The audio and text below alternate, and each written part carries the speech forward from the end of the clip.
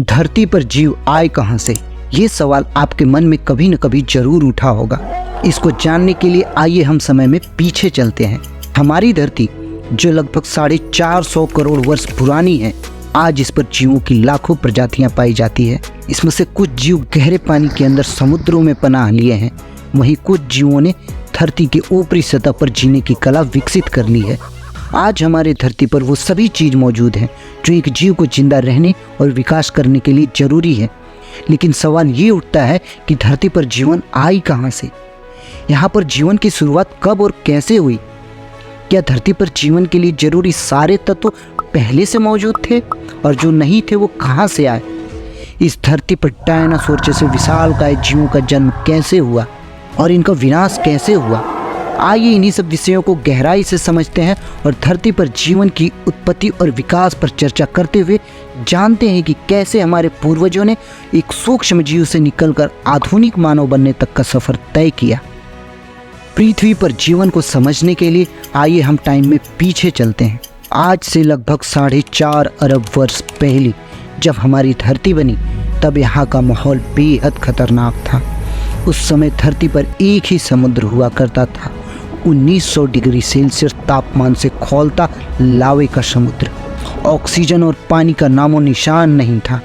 सूर्य से बचने के लिए ओजोन लेयर का निर्माण नहीं हुआ था और अल्ट्रावायलेट किरणें डायरेक्ट पृथ्वी तक आती थी। चांद का निर्माण नहीं हुआ था, जिससे रात दिन और मौसम में कोई परिवर्तन नहीं होता था। पृथ्वी की घूर्णन गति बहुत तेज थी, जिससे एक दिन लगभग 6 घंटे का होता था। ऐसे में यहाँ पर जीवन का पनपना नामुमकिन था।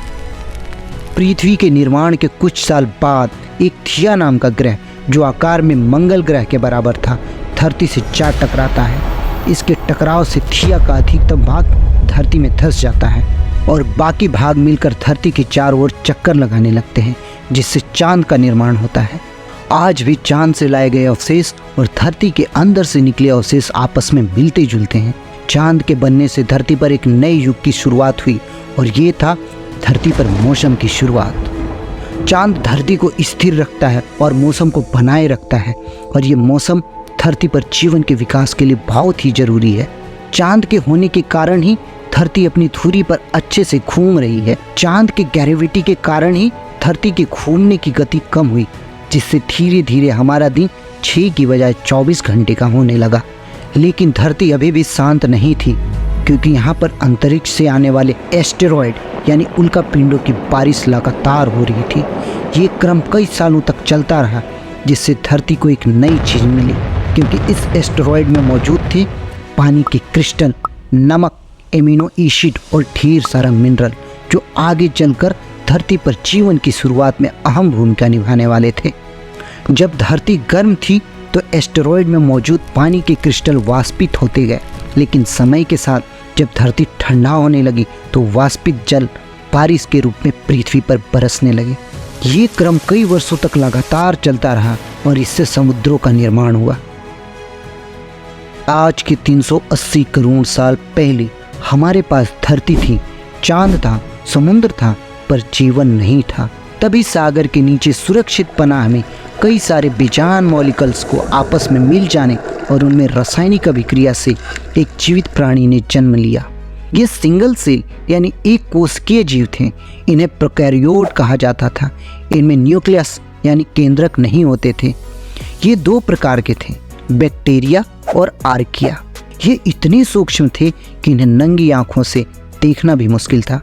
ये वही बैक्टीरिया है जिन्हें मारने के लिए हम आज एंटीबायोटिक खाते हैं। ये सिंगल सेल जीव रिप्रोडक्शन यानी अपने जैसे दूसरे जीव को बनाने के लिए कोशिकीय विभाजन का उपयोग करते थे। एक कोशिका जब थोड़ी बड़ी हो जाती है तो वो 2 भागों में विभाजित हो जाती है, जिससे नए सेल का निर्माण होता है। हमारा शरीर भी अरबों सेलों से मिलकर बना है। ये सिंगल सेल प्राणी इतने सूक्ष्म होते हैं कि 10,000 सेल एक पिन की नोक पर समा सकते हैं। आज लाखों करोड़ों सेल आपस में मिलकर एक टिश्यूज को बनाते हैं।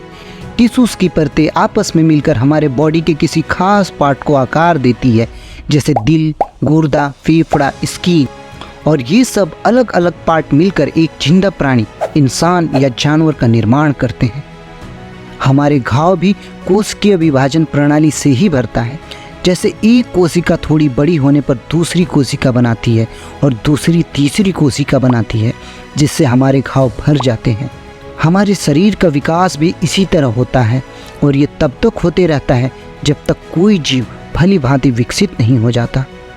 जैसे आज बैक्टीरिया मनुष्यों में प्रवेश कर जाता है, उस समय भी वैसा ही हुआ और बैक्टीरिया आर्किया में प्रवेश कर गया, जिससे एक नई सेल का निर्माण हुआ, जिसे यूकैरियोट सेल बोलते हैं। इन दोनों कोशिकाओं के विलय से केंद्रक का निर्माण हुआ और इनमें ऊर्जा बढ़ने लगी। समय बीतता गया और मर्ज सेल भी अपने जैसे दूसरे सेल की कॉपी बनाते रहे, जिससे सिंगल सेल से मल्टी सेल का प्रोडक्शन शुरू हो गया। इस तरह से धरती पर जीवन की शुरुआत पानी के अंदर लगभग 380 करोड़ साल पहले सूक्ष्म जीव यानी बैक्टीरिया के रूप में शुरू हुई। लेकिन मानव बनने तक का सफर अभी भी बहुत लंबा था। समय बीतता गया और लगभग 250 करोड़ साल पहले सिंगल सेल डबल सेल में परिवर्तित होना शुरू हो गए। ये भोजन के रूप में पानी में खुले मिनरल का उपयोग करते थे और मल के रूप में ऑक्सीजन छोड़ते थे। इससे वातावरण में धीरे धीरे ऑक्सीजन की मात्रा बढ़ने लगी।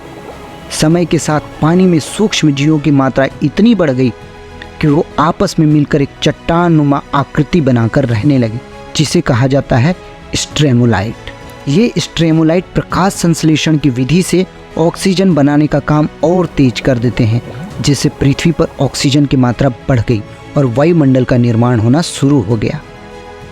आज से लगभग 150 करोड़ साल पहले पृथ्वी के क्रस्ट में हलचल होने लगी, जिससे टाइटेनिक प्लेटों में दरार पड़ने लगी और उनसे उबलता हुआ लावा बाहर आने लगा। ये कई वर्षों तक चलता रहा, जिससे धरती पर कार्बन डाइऑक्साइड की मात्रा बहुत बढ़ गई और धरती पर एसिड की वर्षा शुरू हो गई। एसिड रेन की वजह से धरती का तापमान घटने लगा और तापमान इतना घटा कि धरती पर उपस्थित सारे पानी बर्फ में परिवर्तित होने लगे, जिससे धरती पर आइस एज आ गया और धरती सफेद बर्फ से ढक गई।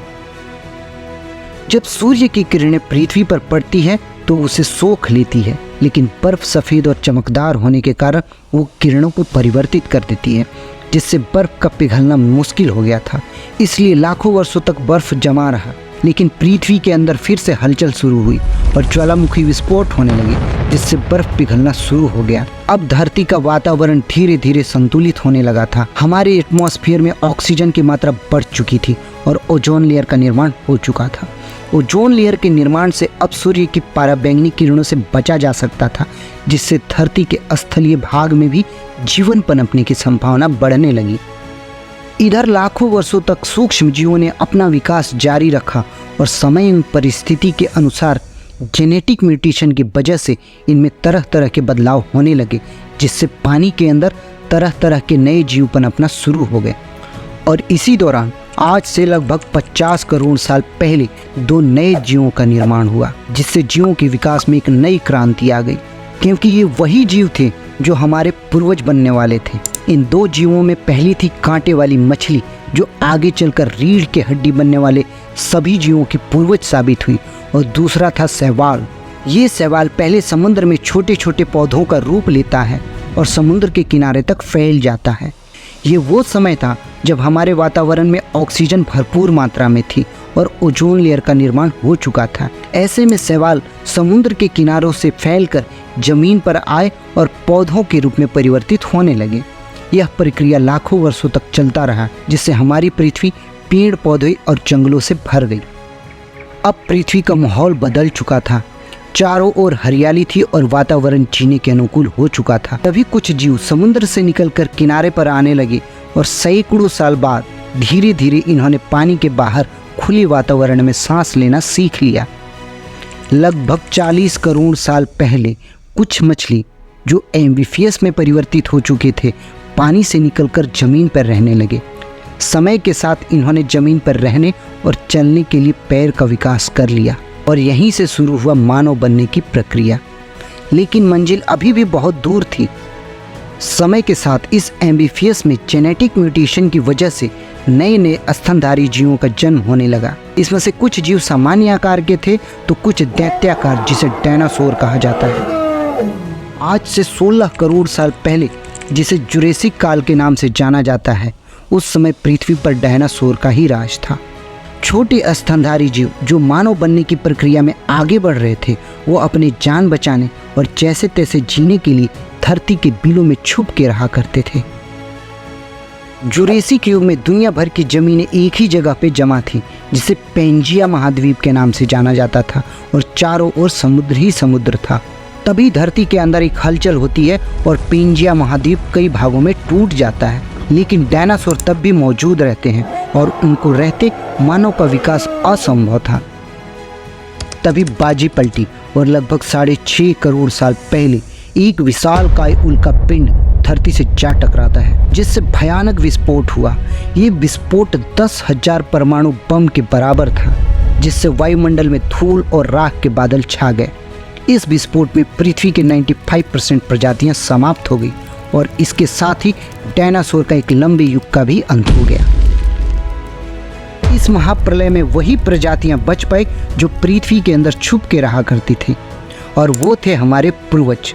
अब वो बिल से निकलकर बाहर आराम से घूम सकते थे। उन्होंने अपने से छोटे कीड़े मकोड़ों को खाकर विकास करना शुरू कर दिया।